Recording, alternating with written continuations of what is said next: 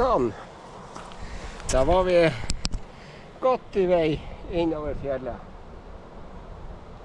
Vi har stoppet her med et vann som ikke vet hva heter. Men det er ikke så nøye. Vi skal vise dere den fantastiske utsikten. Jeg vistes ikke så godt herifra. Men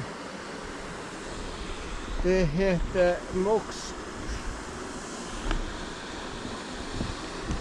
Moksjødemningen, og den ble bygd i 2017. Her blir vi nå å snu i dag. Oi, ikke stikk av sykkel.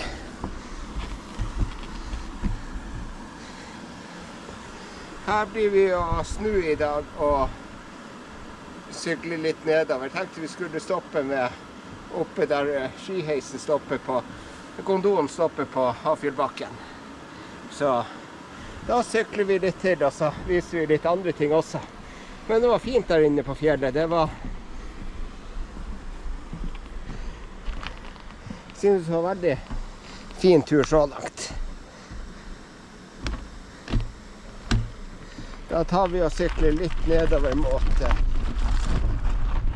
Mosetertoppen igjen.